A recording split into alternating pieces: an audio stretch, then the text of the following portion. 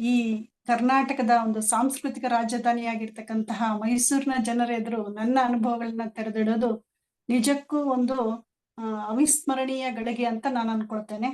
ಈ ಅವಕಾಶವನ್ನು ಒದಗಿಸ್ಕೊಟ್ಟಿರ್ತಕ್ಕಂತಹ ನನ್ನ ಮಹಾಲಕ್ಷ್ಮಿ ಆನ್ಲೈನ್ ಯೋಗ ಕೇಂದ್ರ ಮತ್ತು ಧ್ಯಾನ ಕೇಂದ್ರ ಹೊಸಪೇಟೆ, ಇದರ ಸಂಸ್ಥಾಪಕರಾಗಿರ್ತಕ್ಕಂಥ ಶ್ರೀಯುತ ಶ್ರೀಧರ್ ಸರ್ ಹಾಗೂ ನಾಗರತ್ನ ಮೇಡಮ್, ಹಾಗೂ ಈ ವ್ಯವಸ್ಥೆಗೆ ಕಾರಣ ಆಗಿರ್ತಕ್ಕಂತಹ Vinay sir, Sunita madam, Sudhamani madam ಎಲ್ಲರನ್ನೂ ಕೂಡ ನಾನು ಈ ಕ್ಷಣದಲ್ಲಿ ನೆನೆಯುತ್ತಾ, ನನ್ನ ಹೆಸರು ಮಮತಾಜ್ ಬೇಗಂ ಕೆ ಅಂತ, ಕನ್ನಡ ಭಾಷಾ ಶಿಕ್ಷಕಿಯಾಗಿ ಕೆಲಸ ಮಾಡ್ತಾ ಇದ್ದೀನಿ. ಸಹ ಶಿಕ್ಷಕಿಯಾಗಿ ಪ್ರೌಢಶಾಲೆಯಲ್ಲಿ ಕೆಲಸ ಮಾಡ್ತಾ ಇದ್ದೀನಿ.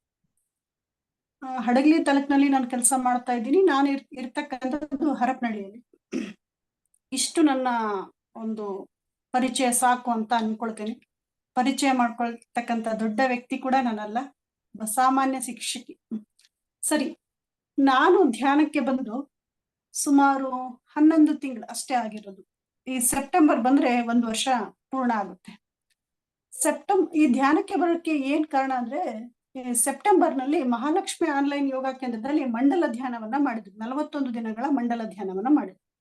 ಆ ಮಂಡಲ ಧ್ಯಾನದ ಸಮಾರೋಪ ಸಮಾರಂಭದಲ್ಲಿ ನಾನು ಭಾಗವಹಿಸಿದ್ದೆ.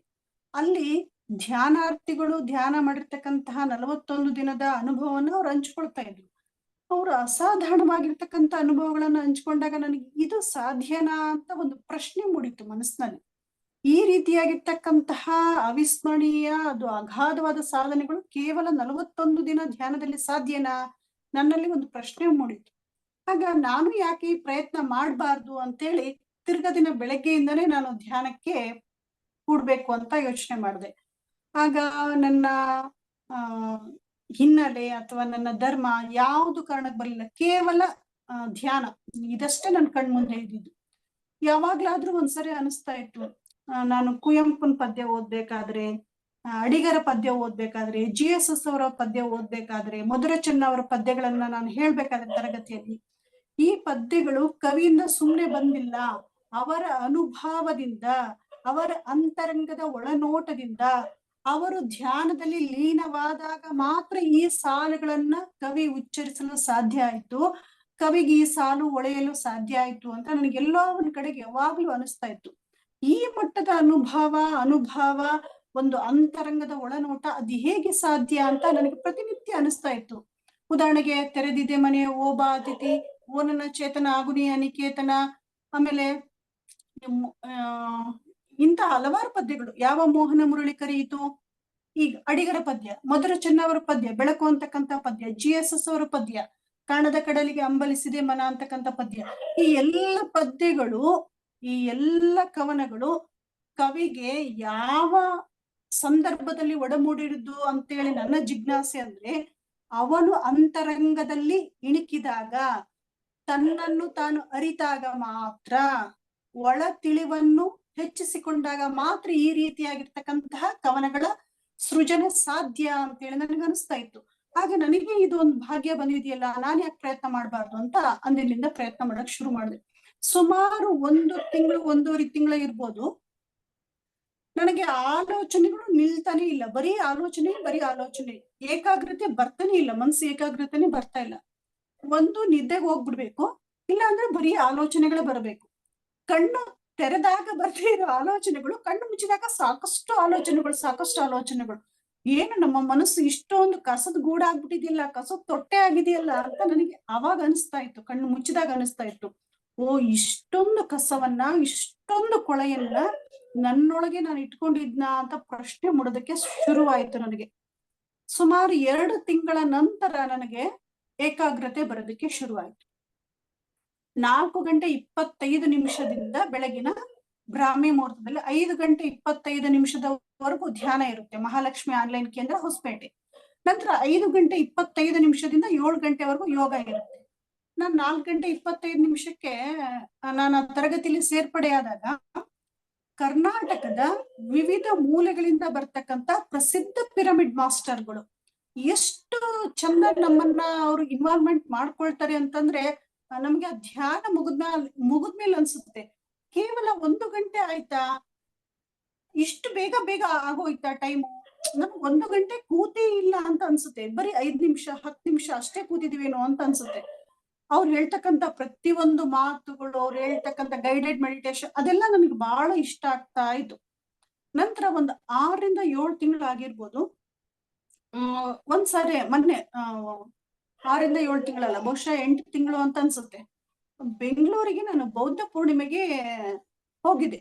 ಅಲ್ಲಿ ಪಿರಮಿಡ್ ವ್ಯಾಲಿಗೆ ಹೋಗಿದೆ. ಆ ಪಿರಮಿಡ್ ವ್ಯಾಲಿಗೆ ಹೋದಾಗ ನನಗೆ ಎಷ್ಟು ಬದಲಾವಣೆ ಆಯ್ತು ಅಂತಂದ್ರೆ ಊಹೆ ಮಾಡ್ಕೊಳಕ್ಕೂ ಸಾಧ್ಯ ಇಲ್ಲ. ಆ ತರ ಅಲ್ಲಿದ್ದಾಗ ನನ್ಗೆ ಏನು ಅನ್ಸ್ಲೇ ಇಲ್ಲ. ಆ ಸ್ವರ್ಣಮಾಲಾ ಅಮ್ಮನವರನ್ನ ನೋಡಿ, ಅಲ್ಲಿ ಪತ್ರಿಜಿ ಸರ್ ಅವರ ದೊಡ್ಡ ದೊಡ್ಡ ಪೋಸ್ಟರ್ಸ್ ಎಲ್ಲ ಇದ್ವು, ಅದು ನೋಡಿ ನನ್ಗೆ ಏನು ಅನ್ಸ್ಲೇ ಇಲ್ಲ. ಅಲ್ಲಿ ಧ್ಯಾನ ಮಾಡ್ತಾ ಇದ್ದೆ. ಅಯ್ಯಪ್ಪ ಪಿಂಡಿ ಸರ್ ಕ್ಲಾಸಸ್, ಮತ್ತೆ ಅತಣಿ ಮೇಡಮ್ ಅವರು ಒಬ್ರು ಬಂದಿದ್ರು, ಅವ್ರ ಕ್ಲಾಸಸ್, ಬೇರೆ ಬೇರೆ ಕ್ಲಾಸಸ್ ಎಲ್ಲ ಕೇಳಿ ಒಂಥರ ಬಹಳ ರೋಮಾಂಚನ ಆಯ್ತು. ಮೈಯೆಲ್ಲ ಒಂಥರ ಜುಮ್ ಅನ್ನಂಗಾಯ್ತು ಅವ್ರ ಅನುಭವಗಳನ್ನ ಕೇಳಿ, ಆ ಗೈಡೆಡ್ ಮೆಡಿಟೇಷನ್ ಅನ್ನ ಕೇಳಿ. ಅಲ್ಲಿದ್ದಾಗ ನನ್ಗೇನು ಅನ್ಸ್ಲಿಲ್ಲ. ಆಮೇಲೆ ಅಲ್ಲಿ ಕಿಂಗ್ ಚೇಂಬರಿಗೆ ಹೋಗ್ಬರ್ರಿ ಅಂತೇಳಿ ನನ್ನ ಧ್ಯಾನ ಗುರುಗಳಾಗಿರ್ತಕ್ಕಂತಹ ದಿಲೀಪ್ ಸರ್ ಅವರು ನನಗೆ ಪದೇ ಪದೇ ಫೋನ್ ಮಾಡಿ ಹೇಳ್ತಾ ಇದ್ರು, ಮೇಡಮ್ ಅಲ್ಲಿ ಕಿಂಗ್ ಚೇಂಬರ್ ಇದೆ ಮೇಲೆ, ಅಲ್ಲಿ ಹೋಗಿ ಕುಳಿತು ನೀವು ಧ್ಯಾನ ಮಾಡ್ಲೇಬೇಕು ಅಂತ ಹೇಳ್ತಾ ಇದ್ರು ಫೋನ್ ಮಾಡಿದಾಗ. ಸರಿ, ನಾನು ಹೋಗಿ ಅಲ್ಲಿ ಕೂತೆ. ಅದು ಎಷ್ಟು ವೈಬ್ರೇಷನ್, ಅದು ಎಷ್ಟು ನಮ್ಮ ರೋಮಾಂಚನ ಆಗುತ್ತೆ ಅಂತಂದ್ರೆ, ನಮ್ಮ ನರನಾಡಿಗಳಲ್ಲಿ ನಿಜಕ್ಕೂ ಇಂಥದ್ದೊಂದು ಶಕ್ತಿ ಇದೆಯಾ ಅಂತ ಪ್ರಶ್ನೆ ಮಾಡಲು ಹೊರಟಿರ್ತಕ್ಕಂತ ನನಗೆ ಆಗ ಸಾಲು ಸಾಲಾಗಿ ಉತ್ತರಗಳು ದೊರಿತಾ ಹೋದ್ವು. ಪಿರಮಿಡ್ ನಲ್ಲಿ ಧ್ಯಾನ ಮಾಡ್ಬೇಕಾದ್ರೆ, ಹೊರಗಡೆಗೆ ಬೌದ್ಧ ಪೂರ್ಣಿಮೆಯ ಧ್ಯಾನ ಮಾಡ್ಬೇಕಾದ್ರೆ ನನ್ಗೆ ಏನು ಅನ್ಸ್ಲೇ ಇಲ್ಲ. ಆದ್ರೆ ನಂತರ ನನ್ನ ಮನೆಗೆ ಬಂದಾಗ ಸುಮಾರು ಒಂದು 15 ದಿನ ಇರ್ಬೋದು, ಎಲ್ಲೂ ಕೂತು ನಾನು ಕಣ್ಣು ಮುಚ್ಚಿದ್ರೂ ಕೂಡ ಪಿರಮಿಡ್ ಒಳಗೆ ಇದೀನೇನೋ ಅಂತೇಳಿ ಅದೇ ಒಂದು ಭಾಸ, ಅದೇ ಒಂದು ಅಲೆಗಳು, ಅದೇ ಒಂದು ಆ ಶಬ್ದಗಳ ಅನುರಣನ ನನ್ನ ಕಿವಿಯಲ್ಲಿ ಪದೇ ಪದೇ ಪದೇ. ಈಗ ನನ್ನ ಮನೆಯಲ್ಲಿ ಎಲ್ಲೂ ಕೂತ್ರೂ ಕೂಡ ಅದೇ ಒಂದು ಭಾವ, ಅಂದ್ರೆ ಯದ್ಭವಾಂ ತದ್ಭವತಿ ಅಂತ ಹೇಳ್ತೀವಲ್ವಾ, ಆ ತರ ಆ ಪಿರಮಿಡ್ ನಲ್ಲಿ ಕೂತು ನಾನು ಧ್ಯಾನ ಮಾಡ್ತೀನಿ. ಸುಮಾರು ಒಂದು 15 ದಿನ ಈ ತರ ನನ್ಗೆ ಆಗಿರ್ಬೇಕು ಬಹುಶಃ. ಹಾಗೆ ನಾನು ಧ್ಯಾನದ ಅನುಭವನ ನಮ್ಮ ತರಗತಿಯಲ್ಲಿ ಕೂಡ ಹಂಚ್ಕೊಂಡೆ. ದಯವಿಟ್ಟು ನೀವು ಕೂಡ ಬೆಂಗಳೂರು ಪಿರಮಿಡ್ ಸೆಂಟರ್ಗೆ ಹೋಗಿ ಬನ್ನಿ, ಅಲ್ಲಿ ವಿಶಿಷ್ಟವಾಗಿರ್ತಕ್ಕಂಥ ಅನುಭವ ಆಗುತ್ತೆ. ಅದು ಯಾವ ಗಳಿಗೆಯಲ್ಲಿ ಯಾವ ರೀತಿಯಾಗಿ ಅದನ್ನ ನಿರ್ಮಿಸಿದಾರೋ ಗೊತ್ತಿಲ್ಲ. ನಮಗೆ ಹೇಳೋದನ್ನ ಕೇಳಿದಾಗ ಯಾರಾದ್ರೂ ಹುಚ್ಚರು ಅಂತಾರೆ, ನಗಾಡ್ತಾರೆ. ಏನೋ ಪಿರಮಿಡ್ ಅಲ್ಲಿ ಕುತ್ಕೊಂಡು ಧ್ಯಾನ ಮಾಡಿದ್ರೆ ಹಿಂಗೆಲ್ಲ ಆಗುತ್ತಾ, ಆ ಪಿರಮಿಡ್ ಹಾಕೊಂಡು ಧ್ಯಾನ ಮಾಡಿದ್ರೆ. ನಾನು ಒಂದು ಕ್ಷಣ ಪ್ರಶ್ನೆ ಮಾಡಿರೋಳೆ, ಮೊದ್ಲೆಲ್ಲ ಆರಂಭದಲ್ಲಿ ಪ್ರಶ್ನೆ ಮಾಡಿರೋಳೆ. ನಂತರದಲ್ಲಿ ನನಗೆ ಅನುಭವ ಆದಾಗ ನನಗೆ ಅದು ಅನುಭವಜನ್ಯವಾಯ್ತು. ಅಂದ್ರೆ ಇಷ್ಟು ಧ್ಯಾನವನ್ನ ಮಾಡೋದ್ರಿಂದ ಇಷ್ಟೆಲ್ಲ ನಮ್ಗೆ ಲಾಭ ಆಗುತ್ತೆ, ಇಷ್ಟೆಲ್ಲ ನಮ್ಗೆ ಶಕ್ತಿ ಸಿಗುತ್ತೆ ಅಂತೇಳಿ ಒಂದ್ ಕಡೆಗೆ ಎಲ್ಲೋ ಕನ್ನಡ ಸಾಹಿತ್ಯದ ಅಭಿಮಾನಿಯಾಗಿರ್ತಕ್ಕಂತ ನನಗೆ ಆ ಕವಿಗಳ ಕವನದ ಸಾಲುಗಳು ನನಗೆ ಧ್ಯಾನ ಮಾಡ್ಲಿಕ್ಕೆ ಬಹುಶಃ ಪ್ರೇರೇಪಣೆ ನೀಡಿರ್ಬೋದು ಅಂತ ಅನ್ಸುತ್ತೆ. ಧ್ಯಾನದ ಮೊದಲು ನಾನು ಹೇಗಿದ್ದೆ ಅಂತ ಹೇಳಿದ್ರೆ, ಧ್ಯಾನದ ನಂತರ ನಾನು ಏನ್ ಗಳಿಸ್ಕೊಂಡೆ ಅನ್ನೋದು ತಮ್ಗೆ ಗೊತ್ತಾಗುತ್ತೆ.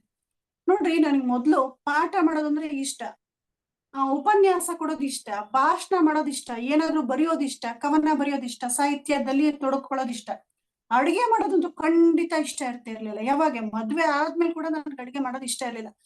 ಪ್ರತಿನಿತ್ಯ ಅಡಿಗೆ ಮಾಡ್ಬೇಕಾದ್ರೆ ಏನ್ ಬೈತಿದ್ದೆ ಅಂತಂದ್ರೆ, ಬೆಳಗ್ಗೆ ತಿಂಡಿ ಮಾಡ್ಬೇಕಾರೆ ಇರ್ಲಿ, ಮಧ್ಯಾಹ್ನ ಬಾಕ್ಸಿಗೆ ಮಾಡ್ಬೇಕಾರೆ, ಸಾಯಂಕಾಲ ತಿಂದ್ ಹಾಳಾಗ್ ಹೋಗ್ರಿಪ್ಪ, ತಿಂದ್ ಹಾಳಾಗ್ ಹೋಗ್ರಿ, ಹಿಂಗೆಲ್ಲ ಅನ್ಕೊಂಡು ಬೈಕೊಂಡ್ ಅಡಿಗೆ ಮಾಡ್ತಾ ಇದ್ದೆ.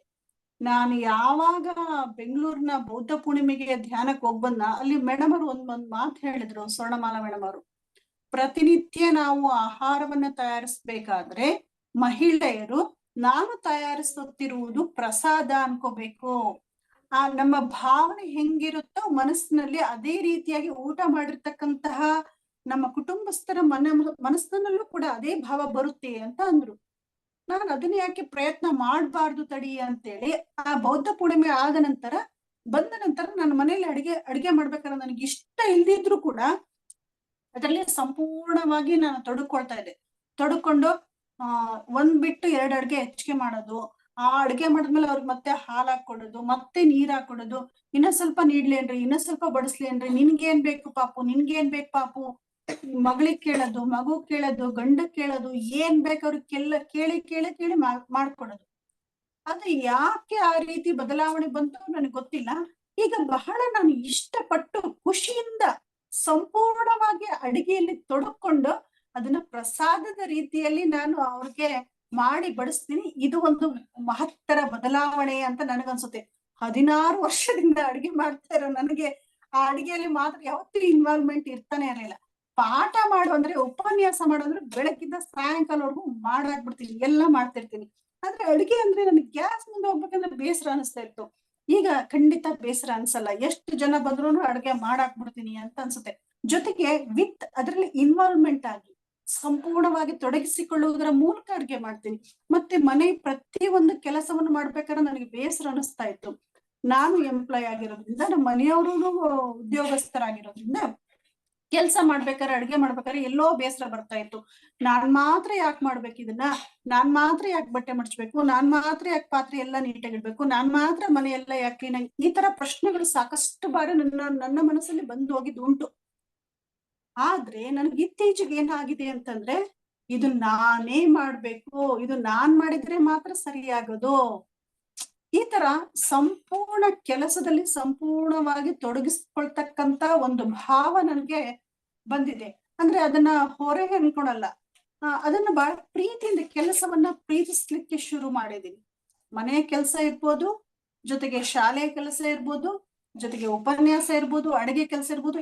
ಇದು ನನಗೆ ಧ್ಯಾನದಿಂದ ಆಗಿರ್ತಕ್ಕಂಥ ಮಹತ್ತರ ಬದಲಾವಣೆಗಳು ಅಂತ ನನಗನ್ಸುತ್ತೆ. ಜೊತೆಗೆ ಮತ್ತೇನನ್ಸುತ್ತೆ ಅಂದ್ರೆ, ಮೊದಲು ನಾನು ಯಾರು ನನ್ನನ್ನು ದ್ವೇಷ ಮಾಡ್ತಾ ಇದ್ರಲ್ಲ ಅವ್ರನ್ನ ನಾನು ಕೂಡ ದ್ವೇಷ ಮಾಡ್ಬೇಕು ಅಂತ ಅನಿಸ್ತಾ ಇತ್ತು. ನಾನು ಎಷ್ಟು ಸಕಾರಾತ್ಮಕವಾಗಿದ್ರು ಕೂಡ ಅವ್ರು ಯಾಕೆ ನಕಾರಾತ್ಮಕವಾಗಿ ನನಗೆ ಸ್ಪಂದಿಸ್ತಾ ಇದ್ದಾರೆ, ನಾನು ಅವ್ರನ್ನ ದ್ವೇಷ ಮಾಡ್ಬೇಕು ಅಂತ ಅನಿಸ್ತಾ ಇತ್ತು. ಆದ್ರೆ ಧ್ಯಾನಕ್ಕೆ ಬಂದ್ಮೇಲೆ ನನ್ಗೆ ಏನ್ ಅನಿಸ್ತಾ ಇದೆ ಅಂದ್ರೆ, ಯಾರನ್ನು ದ್ವೇಷ ಮಾಡ್ಬಾರ್ದು, ಎಲ್ಲರನ್ನು ಪ್ರೀತಿಸ್ಬೇಕು. ನನ್ನ ಸುತ್ತಮುತ್ತ ಇರ್ತಕ್ಕಂಥ ಜಗತ್ನಲ್ಲಿ ನನ್ನ ಸಂಬಂಧಿಕರು ಇರ್ಬೋದು, ಸಹೋದರರು ಇರ್ಬೋದು, ಸಂಬಂಧ ಇಲ್ಲದೆ ಇರ್ತಕ್ಕಂಥ ನನ್ನ ಸಹೋದ್ಯೋಗಿಗಳಿರ್ಬೋದು, ನನ್ನ ವಿದ್ಯಾರ್ಥಿಗಳಿರ್ಬೋದು, ಎಲ್ಲರನ್ನು ಕೂಡ ನಾನು ಒಂದು ಹೊಸ ದೃಷ್ಟಿಕೋನದಿಂದ ನೋಡ್ಲಿಕ್ಕೆ ಶುರು ಮಾಡಿದ್ದೇನೆ. ಇದು ನನಗೆ ಧ್ಯಾನದಿಂದ ಆಗಿರ್ತಕ್ಕಂಥ ಮಹತ್ತರ ಬದಲಾವಣೆ ಅಂತ ಅನ್ಸುತ್ತೆ. ನಮ್ಮ ಅತ್ತೆ ಇರ್ಬೋದು, ನನ್ನ ಮಕ್ಕಳು ಸಣ್ಣವರಿದ್ದಾಗೆ ಏನೆಲ್ಲ ನಾನು ಹಿಂಸೆ ಪಟ್ಟೆ, ಕಷ್ಟಪಟ್ಟೆ. ಇವಾಗ ಏನ್ ಅನ್ಸುತ್ತೆ ಅಂದ್ರೆ, ನಾನು ಅದು ಪೂರ್ವ ಜನ್ಮದ ಏನಾದ್ರೂ ಕರ್ಮದಿಂದ ನನಗೆ ಆ ತರ ಅನುಭವಿಸ್ತಕ್ಕಂತ ಒಂದು ಘಟನೆ ಆಗಿರ್ಬೋದು, ಅದು ಧ್ಯಾನದಲ್ಲಿ ಹೇಳ್ತಾರೆ.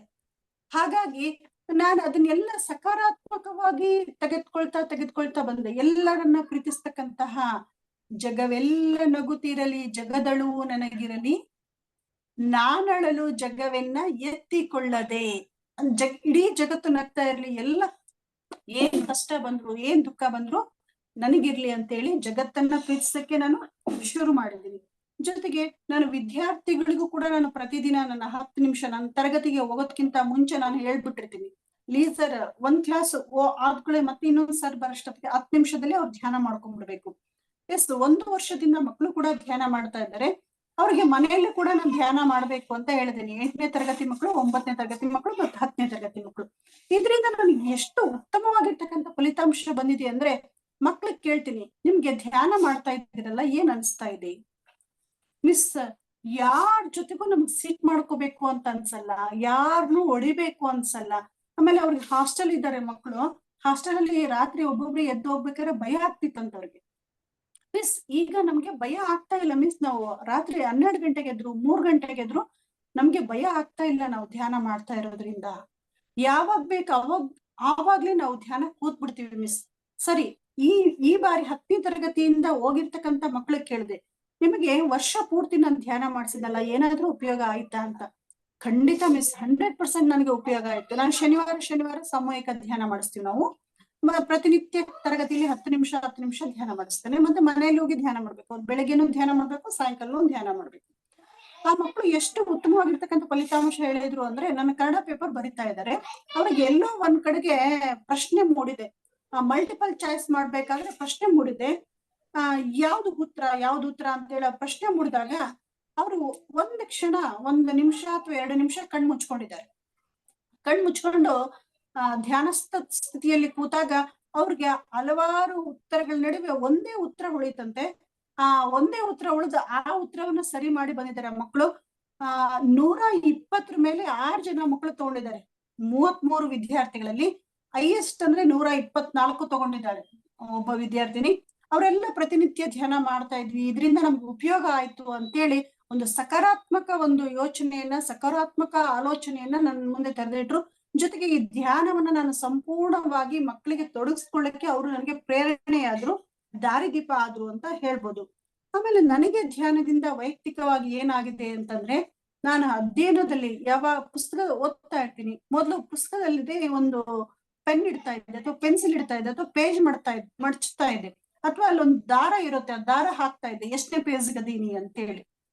ಆದ್ರೆ ಈಗ ಏನಾಗಿದೆ ಅಂತಂದ್ರೆ, ಆ ಬುಕ್ ಅಲ್ಲಿ ಸುಮ್ಮನೆ ನಾನು 2 ದಿನ 3 ದಿನ ಬಿಟ್ಟರು ಕೂಡ ನಾನು ಯಾವ ಪೇಜ್ ಅಲ್ಲಿ ಇದ್ದೀನಿ ಅಂತ ನನಗೆ ನೆನಪಿರುತ್ತೆ. ಅಂದ್ರೆ ನನ್ನಲ್ಲಿರ್ತಕ್ಕಂಥ ಎಲ್ಲ ಕಸವನ್ನ, ಕೊಳೆಯನ್ನ, ಬೇಡದಾಗಿರ್ತಕ್ಕಂಥ ಎಲ್ಲ ಅಂಶಗಳನ್ನ ನಾನು ತೆಗೆದುಹಾಕಿರೋದ್ರಿಂದ ಈಗ ನಾನು ಏನ್ ಓದಿದ್ರು ಕೂಡ ಹಸಿಗೋಡೆಯ ಅರಳಿನಂತೆ ಉಸಿ ಹೋಗದ ಕನ್ನಡ ಅನ್ನಂಗೆ ಹಸಿಗೋಡೆಯ ಅರಳಿನಂತೆ ಬಹಳ ನೀಟಾಗಿ, ಬಹಳ ಶಾರ್ಪ್ ಆಗಿ ನನ್ನ ಮೈಂಡ್ ಅಲ್ಲಿ ಅದು ಕೂತ್ ಬಿಡುತ್ತೆ. ಅಂದ್ರೆ ಅಧ್ಯಯನಕ್ಕೂ ಉಪಯೋಗ ಆಗಿದೆ. ಇನ್ನು ಉಪನ್ಯಾಸಕ್ಕೆ ಹೋಗ್ಬೇಕಾದ್ರೆ ನನ್ಗೆ ಏನಾಗ್ತಾ ಇತ್ತು ಅಂದ್ರೆ, ಯಾವ್ದಾದ್ರು ಒಂದು ಉಪನ್ಯಾಸ ಅಂದ್ರೆ ಕನಿಷ್ಠ 3 ರಿಂದ 4 ದಿನನಾದ್ರೂ ನಾನು ತೆಗೆದುಕೊಳ್ತಾ ಇದ್ದೆ ಒಂದು ವಿಷಯ ಕೊಟ್ಮೇಲೆ ಅದಕ್ಕೆ ತಯಾರಾಗ್ಲಿಕ್ಕೆ. ಅದನ್ನ ಹೆಂಗ್ ತೆಗೆದುಕೊಂಡು ಹೋಗ್ಬೇಕು, ಹೆಂಗ್ ಬೆಳವಣಿಗೆ ಮಾಡ್ಬೇಕು, ಹೆಂಗ್ ಸಮಾಪ್ತಿ ಮಾಡ್ಬೇಕು ಅಂತ. ಈಗ ಏನಾಗಿದೆ ಅಂದ್ರೆ, ಬೆಳಗ್ಗೆ ಯಾರಾದ್ರೂ ಫೋನ್ ಮಾಡ್ಬಿಟ್ಟು ಮೇಡಮ್ ಇಂಥ ದಿನ ಉಪನ್ಯಾಸ ಇದೆ, ಹಿಂಗ್ ಬರ್ಬೇಕು ಅಂತಂದ್ರೆ ಸಾಯಂಕಾಲಕ್ಕೆ ನಾನು ರೆಡಿ ಇರ್ತೀನಿ.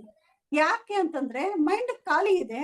ನಾನು ಏನ್ ಓದ್ತೀನೋ ಅದು ತಕ್ಷಣ ನನ್ಗೆ ನೆನಪಿಗೆ ಬರುತ್ತೆ. ಒಂದ್ಸಲ ನಾನು ಜಸ್ಟ್ ಗ್ಲಾನ್ಸ್ ಮಾಡ್ಕೊಂಡ್ರೆ ಸಾಕು, ಉಪನ್ಯಾಸದ ಪದಪುಂಜಗಳು, ಉಪನ್ಯಾಸದ ವಾಕ್ಯಗಳು, ನಾನು ಏನನ್ನ ಜನರಿಗೆ ತಲುಪಿಸ್ಬೇಕು ಅಂತಿದ್ದೆ, ಮುಟ್ಸ್ಬೇಕು ಅಂತಿದ್ದೆ, ಆ ಮುಟ್ಸ್ತಕ್ಕಂಥ ವಿಚಾರಗಳಿಂದ ಒಂದು ಸಾರಿ ನೋಡ್ಕೊಂಡ್ರೆ ಸಾಕು, ಕಣ್ಣಾಡಿಸಿದ್ರೆ ಸಾಕು, ನನ್ನ ಸ್ಮೃತಿ ಪಟಲದಲ್ಲಿ ಅದು ಅಚ್ಚಾಗ್ಬಿಡುತ್ತೆ.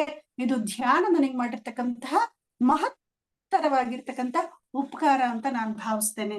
ನಂತರ ಮೊದ್ಲು ಸಣ್ಣ ಸಣ್ಣ ವಿಚಾರಕ್ಕೂ ನನಗೆ ಬೇಸರ ಆಗ್ತಾ ಇತ್ತು. ಯಾರಾದ್ರೂ ಏನಾದ್ರೂ ಸಣ್ಣ ವಿಚಾರ ಹೇಳ್ಬಿಟ್ರೆ ಸಾಕು ನಾನು ಬೇಸರ ಮಾಡ್ಕೊಳ್ತಾ ಇದ್ದೆ. ಆಗ ನನ್ನ ಧ್ಯಾನ ಗುರುಗಳು ದಿಲೀಪ್ ಸರ್ ಅಂತ ಇದ್ದಾರೆ ಮುನ್ರಾಬಾದ್ ಅಲ್ಲಿ, ಅವರು ಒಂದು 3 R's ಅಂತ ಒಂದು ಸೂತ್ರ ಹೇಳಿದ್ರು. ಏನು ಅಂತಂದ್ರೆ ರಿಸೀವ್, ರಿಜೆಕ್ಟ್ ಅಂಡ್ ರಿಫ್ಲೆಕ್ಟ್ ಅಂತ ಹೇಳಿ. ಯಾರಾದ್ರೂ ಏನಾದ್ರೂ ವಿಷಯ ಹೇಳಿದ್ರೆ ರಿಸೀವ್ ಮಾಡ್ಕೊಳ್ಳಿ, ಬೇಕು ಅನ್ಸಿದ್ರೆ ತಗೊಳ್ಳಿ, ಇಲ್ಲದೆ ಇದ್ರೆ ರಿಜೆಕ್ಟ್ ಮಾಡ್ಬಿಡಿ. ನಿಮಗ್ ಬೇಕು ಅಂತ ತಗೊಂಡಿದ್ರೆ ಮಾತ್ರ ಅದನ್ನ ರಿಫ್ಲೆಕ್ಟ್ ಮಾಡಿ, ಅಂದ್ರೆ ಅದನ್ನ ಮರುಸ್ಥಾಪಿಸಿ ನಿಮ್ಮ ಮನಸ್ಸಿನಲ್ಲಿ ಅದನ್ನ ಆಚ್ಛಾದನೆ ಮಾಡ್ಕೊಳ್ಳಿ, ಅದನ್ನ ಅಚ್ಚೊತ್ತಿದಂಗೆ ಮಾಡ್ಕೊಳ್ಳಿ, ಇಲ್ಲ ಇದ್ರೆ ಅಲ್ಲೇ ರಿಜೆಕ್ಟ್ ಮಾಡ್ಬಿಡಿ ಅಂತ ಹೇಳಿದ್ರು 3 R's. ಅದನ್ನ ನಾನು ಬಹಳ ಗಟ್ಟಿಯಾಗಿ ಹಿಡ್ಕೊಂಡ್ಬಿಟ್ಟೆ. ಸರಿ, ಹೇಳ್ತಕ್ಕಂಥ ಪ್ರತಿಯೊಂದು ಮಾತುಗಳನ್ನು ನಾನ್ ಯಾಕೆ ತಗೋಬೇಕು ಒಳಗೆ, ನಾನ್ ಯಾಕೆ ತಗೋಬೇಕು, ಅಲ್ಲಿಗೆ ಬಿಟ್ಬಿಡೋಣ. ಯಾವ್ದಾದ್ರು ತಗೊಳ್ಳೋ ವಿಷಯ ಇದ್ರೆ, ಸಕಾರಾತ್ಮಕ ಯೋಚನೆಗಳಿದ್ರೆ, ನನ್ನ ಅಭ್ಯುದಯಕ್ಕೆ ಏನಾದ್ರು ಕಾರಣ ಇದ್ರೆ, ನನ್ನ ಕುಟುಂಬಕ್ಕೆ ಏನಾದ್ರು ಸಂಬಂಧಿಸಿದ್ರೆ, ಅದು ಜಗತ್ತಿನ ಒಳಿತಿಗಿದ್ರೆ ಅದನ್ನ ತಗೊಳ್ಳೋದು, ಇಲ್ದೇ ಇದ್ರೆ ಬಿಟ್ಬಿಡೋದು. ಆ 3 R's ಅನ್ನ ನಾನು ಲೈಫ್ ಲಾಂಗ್ ಅಳವಡಿಸ್ಕೊಂಡ್ಬಿಡ್ಬೇಕು ಅಂತ ಹೇಳಿ ಅದನ್ನು ಕೂಡ ನಾನು ಅಳವಡಿಸ್ಕೊಂಡ್ಬಿಟ್ಟೆ. ಜೊತೆಗೆ ನನಗೆ ಯಾವಾಗಾದ್ರೂ ಒಂದ್ಸರಿ ಅನಿಸ್ತಾ ಇರುತ್ತೆ, ಆ ಶಾರದಾ ಮಾತೆಗೆ, ಸ್ವಾಮಿ ವಿವೇಕಾನಂದಗೆ, ರಾಮಕೃಷ್ಣಗೆ, ದೊಡ್ಡ ದೊಡ್ಡ ಮಹಾನ್ ವ್ಯಕ್ತಿಗಳಿಗೆ ಅಷ್ಟೊಂದು ಉನ್ನತ ಮಟ್ಟವನ್ನ ಮುಟ್ಲಿಕ್ಕೆ ಕಾರಣವಾಗಿರ್ತಕ್ಕಂಥದ್ದು ಕೇವಲ ಧ್ಯಾನ ಅಂತಕ್ಕಂಥ ಒಂದು ಮಹತ್ತರವಾಗಿರ್ತಕ್ಕಂಥ ಮಾರ್ಗ, ಹೆದ್ದಾರಿಯಾಗಿರ್ತಕ್ಕಂಥ ಮಾರ್ಗ. ನಾವು ಸಂಸಾರದಲ್ಲಿ ಇದ್ಕೊಂಡು ನಾವು ಶಾರದಾ ಮಾತೆ ಆಗೋದು ಬೇಡ. ನನ್ನ ಸಂಸಾರ ನಿರ್ವಹಣೆಗೆ, ನನ್ನ ಕುಟುಂಬ ನಿರ್ವಹಣೆಗೆ, ಜೊತೆಗೆ ಶೈಕ್ಷಣಿಕವಾಗಿ ಅಭಿವೃದ್ಧಿ ಹೊಂದಲಿಕ್ಕೆ ನಾವ್ ಏನನ್ನ ಮಾಡ್ಬೋದು ಅನ್ನೋದನ್ನ ನಾವು ಈ ಧ್ಯಾನದಲ್ಲಿ ತೊಡಗಿಕೊಂಡಿದ್ದಾಗ ಮಾತ್ರ ನಮ್ಗೆ ಗೊತ್ತಾಗುತ್ತೆ. ಧ್ಯಾನದ ಬಗ್ಗೆ ಬೇರೆ ಯಾರಿಗಾದ್ರೂ ಹೇಳಿದ್ರೆ ಖಂಡಿತ ನಗಾಡ್ತಾರೆ ಅವರು. ಬಲ್ಲವನೇ ಬಲ್ಲ ಬೆಲ್ಲದ ರುಚಿ ಅನ್ನೋ ಹಾಗೆ, ಸಾಹಿತ್ಯ ಎಲ್ಲರಿಗೆಲ್ಲ ಸರ್ವಜ್ಞ ಅನ್ನುವ ಹಾಗೆ, ಧ್ಯಾನದಲ್ಲಿ ಯಾರು ಒಳಗೆ ಇರ್ತಾರೋ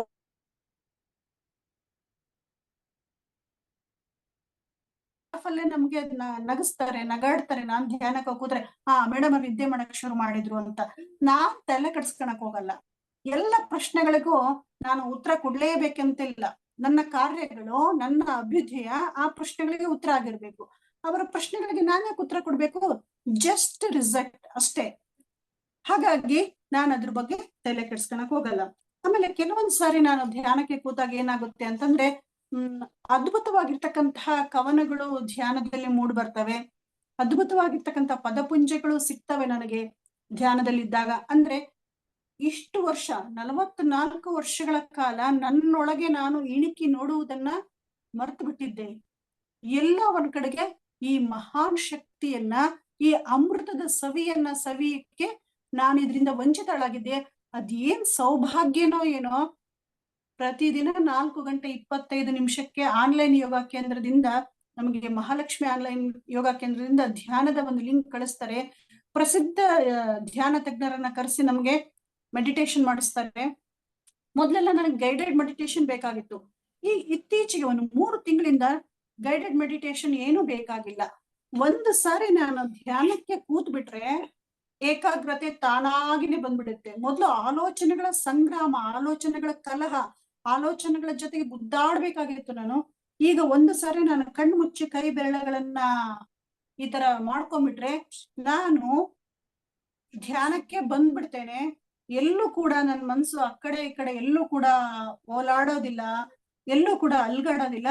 ಏಕಾಗ್ರತೆ, ಈ ಬೆರಳು ಗೊತ್ತಿರಲ್ಲ, ಕೈ ಗೊತ್ತಿರಲ್ಲ, ನನ್ನ ದೇಹವೇ ನನಗೆ ಗೊತ್ತಿರಲ್ಲ. ನಾನು ಯಾವುದೋ ಒಂದು ಆನಂದದಲ್ಲಿ ಲೀನವಾಗಿದ್ದೀನಿ, ಆ ಪರಮಾನಂದದಲ್ಲಿ ತೇಲ್ತಾ ಇದ್ದೀನಿ ಅನ್ಸುತ್ತೆ. ಅದ್ರಲ್ಲೂ ಕೂಡ ನನಗೆ ಯಾವಾಗ ಬೇಕು ನನಗೆ ತರಗತಿ ಇಲ್ದೇ ಇದ್ದಾಗ ಸುಮ್ನೆ ಕಣ್ಮುಚ್ಕೊಂಡು ಕೂಡೋದು ಅಷ್ಟೇ. ತರಗತಿ ಇಲ್ದಾಗೆ ಸುಮ್ನೆ ಕಣ್ಮುಚ್ಕೊಂಡು ಕೂಡೋದು ಸ್ಟಾಫ್ ರೂಮಿಗೆ ಬಂದು, ಅಥವಾ ನಮಗೆ ಉದ್ಯಾನವನ ಸಾಕಷ್ಟಿದೆ ನಮ್ಮ ಶಾಲೆಯಲ್ಲಿ, ಅಲ್ಲಿ ಬಂದು ಮರದ ಕೆಳಗೆ ಸುಮ್ನೆ ಧ್ಯಾನ ಕೂತ್ಬಿಡೋದು. ಅಂದ್ರೆ ನಾನು ಇನ್ನ ಏನ್ ಮಾಡ್ಬೇಕಾಗಿದೆ, ಮುಂದೆ ಏನ್ ಮಾಡ್ಬೇಕಾಗಿದೆ, ಏನ್ ತಪ್ಪುಗಳಾಗಿದೆ, ಏನ್ ಸರಿಯಾಗಿದೆ, ನನ್ನ ಅಂತರಂಗದ ವಿಮರ್ಶೆಯನ್ನ ನಾನು ಮಾಡ್ಕೊಳ್ಳಿಕ್ಕೆ ಈ ಧ್ಯಾನ ಅಂತಕ್ಕಂಥದ್ದು ಅತ್ಯುತ್ತಮ ಸಾಧನವಾಗಿ ನನಗೆ ಹೊರಹೊಮ್ಮಿದೆ ಅಂತ ಹೇಳ್ಬೋದು. ಧ್ಯಾನದಲ್ಲಿ ನನಗೆ ಅದು ಕಾಣ್ತು ಇದು ಕಾಣ್ತು ಅಷ್ಟೊಂದು ದೊಡ್ಡ ಮಟ್ಟಕ್ಕೆ ನಾನು ಹೋಗಿಲ್ಲ. ನನ್ನಲ್ಲಿ ನನಗೆ ಸ್ವಯಂ ಬದಲಾವಣೆಗಳಾಗಿದ್ದಾವೆ. ನನ್ನ ಕುಟುಂಬವನ್ನ ಉನ್ನತ ಮಟ್ಟಕ್ಕೆ ತೆಗೆದುಕೊಂಡು ಹೋಗ್ಲಿಕ್ಕೆ, ನನ್ನ ಅಧ್ಯಯನದಲ್ಲಿ ನಾನು ಲೀನವಾಗ್ಲಿಕ್ಕೆ, ನನ್ನ ವಿದ್ಯಾರ್ಥಿಗಳಲ್ಲಿ ನಾನು ದೇವರನ್ನ ಕಾಣ್ಲಿಕ್ಕೆ ಧ್ಯಾನ ಅತ್ಯುತ್ತಮ ಮಾರ್ಗ ಅಂತ ನಾನು ಕಂಡ್ಕೊಂಡಿದ್ದೀನಿ. ಆಮೇಲೆ ನನ್ನ ಧ್ಯಾನದ ಗುರುಗಳಾಗಿರ್ತಕ್ಕಂತಹ ದಿಲೀಪ್ ಸರ್ ಮತ್ತು ಅನ್ನಪೂರ್ಣ ಮೇಡಮ್ ಏನ್ ಮಾಡ್ತಾರೆ ಅಂತಂದ್ರೆ, ಅತ್ಯುತ್ತಮವಾಗಿರ್ತಕ್ಕಂತಹ ಧ್ಯಾನದ ವಿಡಿಯೋಗಳನ್ನ ನನಗೆ ಕಳಿಸ್ತಾರೆ. ಕಳಿಸ್ಬಿಟ್ಟು ಕೆಳಗೊಂದು ಮೆಸೇಜ್ ಹಾಕಿರ್ತಾರೆ. ಅವ್ರು ಏನು, ಈ ಧ್ಯಾನದ ವಿಡಿಯೋಗಳನ್ನ ನೀವು ಅವಶ್ಯವಾಗಿ ನೋಡಿ, ನನಗೆ ಅದ್ರದ್ದು ಏನ್ ಭಾವನೆ ಆಯ್ತು ನಿಮ್ಗೆ ಅದು ಅವಶ್ಯವಾಗಿ ಹಂಚ್ಕೋಬೇಕು ಅಂತ. ಇದರಿಂದ ನನಗೆ ಅನಿವಾರ್ಯ ಆ ವಿಡಿಯೋಸ್ ಅನ್ನ ನೋಡ್ಬಿಟ್ಟು ಅದ್ರ ಭಾವನೆಗಳನ್ನ ನಾನು ನನ್ನ ಗುರುಗಳ ಹತ್ರ ಹಂಚ್ಕೋಬೇಕು. ಏನಾಗುತ್ತೆ ಅಂದ್ರ ಆ ವಿಡಿಯೋಸ್ ಎಲ್ಲ ನೋಡಿದಾಗ ನನಗೆ ಈ ಮಟ್ಟದ ಒಂದು ಸಾಧನೆ ಸಾಧ್ಯನಾ? ಖಂಡಿತ ಸಾಧ್ಯ ಇದೆ. ಪ್ರತಿನಿತ್ಯ ಯಾರು ಧ್ಯಾನದಲ್ಲಿ ಲೀನವಾಗಿರ್ತಾರೋ ಅವ್ರಿಗೆ ಯಾವ ಮಟ್ಟದ ಸಾಧನೆಯನ್ನು ಕೂಡ ಮಾಡ್ಬೋದು. ಸುಮಾರು 10 ವರ್ಷ 15 ವರ್ಷ ಪತ್ರಿಜಿ ಸರ್ ಇಡೀ ಜೀವಮಾನ ಪೂರ್ತಿ ಧ್ಯಾನದಲ್ಲಿ ತೊಡಗಿದ್ರು. ಬುದ್ಧ 12 ವರ್ಷ ಕಂಡಿಡ್ದಿರ್ತಕ್ಕಂಥ ಮಾರ್ಗವನ್ನ, 12 ವರ್ಷ ತಪಸ್ಸಿಗೆ ಕುಳಿತು ಕಂಡಿಡ್ದಿರ್ತಕ್ಕಂಥ ಆ ಮಾರ್ಗವನ್ನ ಪತ್ರಿಜಿ ಸರ್ ಇಡೀ ತಮ್ಮ ಜೀವಮಾನ ಪೂರ್ತಿ ಧ್ಯಾನಕ್ಕೆ ಅರ್ಪಿಸ್ಬಿಟ್ರು. ಆತರ ಯಾರು ಧ್ಯಾನದಲ್ಲಿ ಸಂಪೂರ್ಣವಾಗಿ ಲೀನವಾಗಿರ್ತಾರೋ, ತೊಡಕೊಂಡಿರ್ತಾರೋ ಅವರಿಗೆ ಮಾತ್ರ ಈ ಮಾರ್ಗ, ಈ ಬೆಳಕು ಕಾಣ್ಲಿಕ್ಕೆ ಸಾಧ್ಯ ಅಂತ ಹೇಳ್ಬೋದು. ಆಮೇಲೆ ಯಾವುದೇ ಘಟನೆಗಳು ನಡಬೇಕಾದ್ರೆ ಅದಕ್ಕೆ ಒಂದು ಪೂರ್ವಪರತೆ ಇರುತ್ತೆ, ಅದಕ್ಕೊಂದು ಕಾರಣ ಇರುತ್ತೆ. ಸುಮ್ನೆ ನಾನು ಯಾಕೆ ಬೇಸರ ಮಾಡ್ಕೋಬೇಕು? ಯಾವುದಕ್ಕೂ ಬೇಸರ ಮಾಡ್ಕೊಳಲ್ಲ, ಯಾವುದಕ್ಕೂ ನೋವು ಪಡಲ್ಲ, ಯಾವುದಕ್ಕೂ ದುಃಖ ಪಡಲ್ಲ. ಬಂದಿದ್ದನ್ನ ಬಂದಂತೆ ಸ್ವೀಕರಿಸೋದು, ವಾಸ್ತವಿಕತೆಯಲ್ಲಿ ವರ್ತಮಾನದಲ್ಲಿ ಜೀವಿಸ್ತಕ್ಕಂಥದ್ದು. ಇದು ನನ್ನ ಧ್ಯಾನ ಕಲಿಸಿರ್ತಕ್ಕಂಥ ಬಹುದೊಡ್ಡ ಪಾಠ ಅಂತ ಹೇಳ್ಬೋದು. ಇನ್ನು ತರಗತಿ ನಿರ್ವಹಣೆ ಹೆಂಗ್ ಅನ್ಸುತ್ತೆ ಅಂತಂದ್ರೆ, ನನಗೆ ಕುವೆಂಪು ಅವರು ಎಲ್ಲೋ ಒಂದ್ ಕಡೆಗೆ ನನಗೆ ನೆನಪಾಗ್ತಾರೆ. ಅವರು ಯಾವ ಮಟ್ಟಕ್ಕೆ ಅವರು ವಿದ್ಯಾರ್ಥಿಗಳ ಜೊತೆಗೆ ಸಂವಹನ ಮಾಡ್ತಾ ಇದ್ರು, ಯಾವ ಮಟ್ಟಕ್ಕೆ ಅವರು ಸಾಹಿತ್ಯದಲ್ಲಿ ತೊಡಗಿಕೊಂಡಿದ್ರು, ಯಾವ ಮಟ್ಟಕ್ಕೆ ಅವರು ರಾಮಕೃಷ್ಣ ಆಶ್ರಮ ಕುವೆಂಪು ಅವ್ರನ್ನ ಸಂಪೂರ್ಣವಾಗಿ ಅವ್ರನ್ನ ಒಬ್ಬ ಮನುಷ್ಯರಾಗಿ ಮಾಡ್ತದೆ.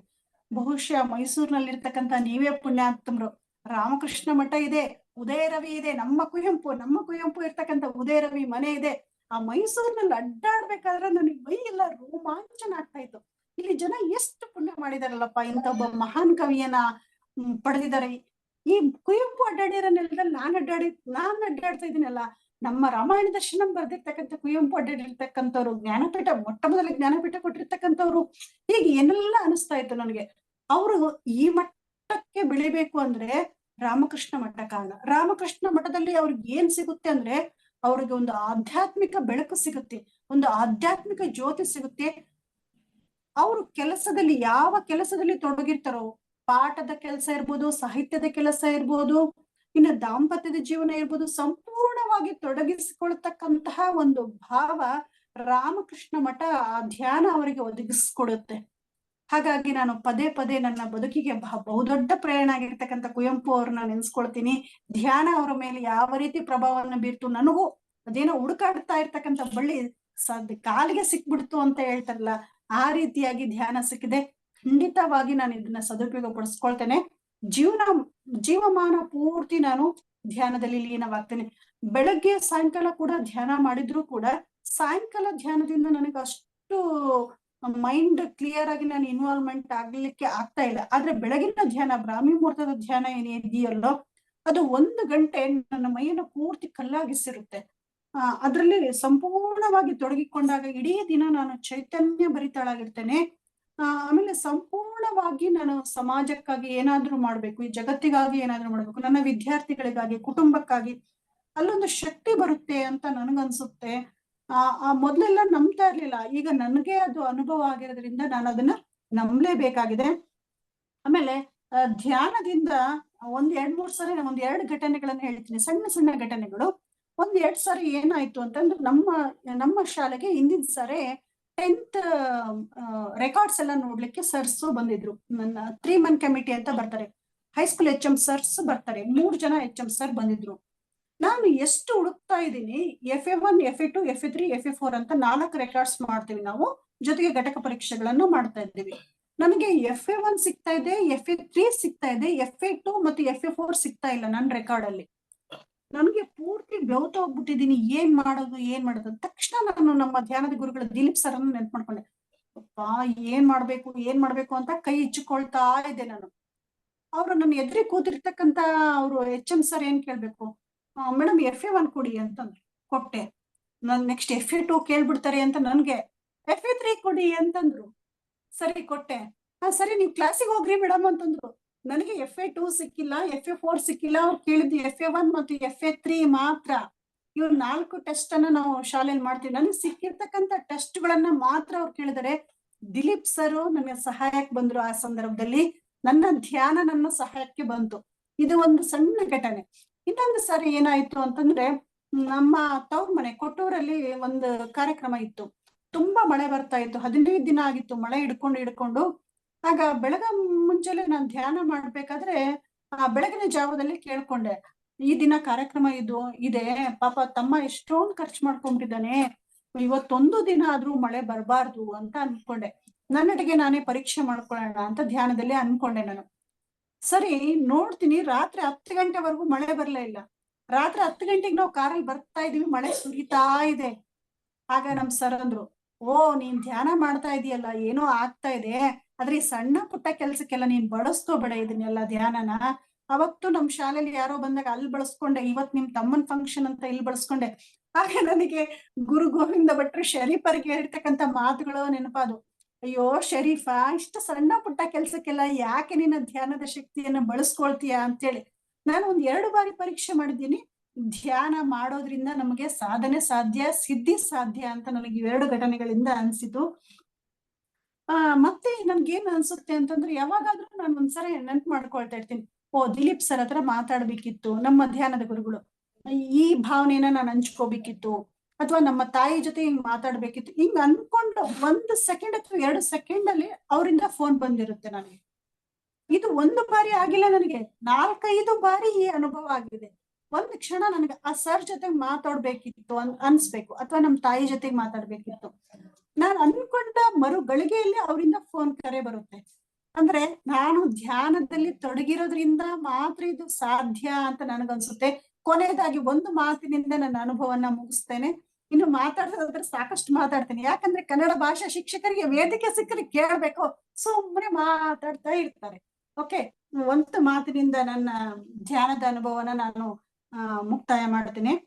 GSS ಅವರು ಧ್ಯಾನದ ಬಗ್ಗೆ ಒಂದು ಪದ್ಯವನ್ನ ಬರೆದಿದ್ದಾರೆ, ಅದರ 3 ಸಾಲುಗಳನ್ನ ತಮ್ಗೆ ಹೇಳ್ತೇನೆ. ಆ ಧ್ಯಾನ ಅಂತಕ್ಕಂಥದ್ದು ವಿಕಾಸನ ಅಂತಕ್ಕಂಥ ಒಂದು ಪದ್ಯ.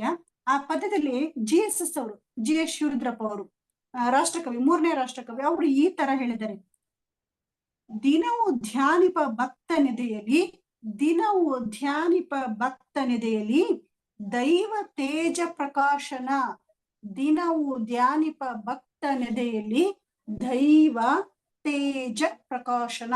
ಯಾರು ಪ್ರತಿನಿತ್ಯ ಧ್ಯಾನದಲ್ಲಿ ತೊಡಗಿರ್ತಾರೋ ಅವರಿಗೆ ದೈವವು ತಾನಾಗಿ ಒಲಿದು ಬರುತ್ತೆ ಅಂತ ಹೇಳಿ GSS ಅವರು ಒಂದು ಮಾತನ್ನ ಹೇಳ್ತಾರೆ. ಈಗ GSS ಅವರ ನಾನು ಸಮಗ್ರ ಕಾವ್ಯವನ್ನ ಓದ್ತಾ ಇದ್ದೀನಿ ನಾನು. ಆ ಕಾವ್ಯದಲ್ಲಿ ಸಂಪೂರ್ಣವಾಗಿ ಸುಮಾರು 90ಕ್ಕಿಂತ ಹೆಚ್ಚು ಪದ್ಯಗಳು ಧ್ಯಾನದ ಮೇಲೆನೆ ಇದಾವೆ. ನಮ್ಗೆ ಯಾರಿಗಾದ್ರೂ ಸಿಕ್ಕರೆ ನೋಡ್ರಿ ಅದು ಪದ್ಯವನ್ನ, ಸಮಗ್ರ ಕವನ ಸಂಕಲನವನ್ನ, 14 ಕವನ ಸಂಕಲನಗಳನ್ನ ಒಂದೇ ಕಡೆಗೆ ಇಟ್ಟಿದ್ದಾರೆ. GSS ಅವರ ಕವನ ಸಂಕಲನ, ಅದರಲ್ಲಿ ನನಗೆ ಇದು ಸಿಕ್ತು. ಆಮೇಲೆ ನನಗೆ ಕೊನೆಯದಾಗಿ ಒಂದ್ ಮಾತು ಹೇಳ್ಬೇಕಂದ್ರೆ, ಈ ಭವದ ದುಃಖವನ್ನ ಗೆಲ್ಲಲಿಕ್ಕೆ, ಈ ಸಂಸಾರ ಸಾಗರವನ್ನ ಈಜಲಿಕ್ಕೆ, ಈ ಒತ್ತಡದ ಬದುಕಿನಲ್ಲಿ ನಾವು ಸಂಪೂರ್ಣವಾಗಿ ನಮ್ಮೊಳಗೆ ನಾವು ಇಣಿಕಿ ನೋಡ್ಲಿಕ್ಕೆ ಈ ಧ್ಯಾನ ಅಂತಕ್ಕಂಥದ್ದು ಬಿಟ್ರೆ ಜಗತ್ತಿಗೆ ಬೇರೆ ಯಾವ ಮಾರ್ಗವೂ ಇಲ್ಲ ಅಂತೇಳಿ ನನ್ಗನ್ಸುತ್ತೆ.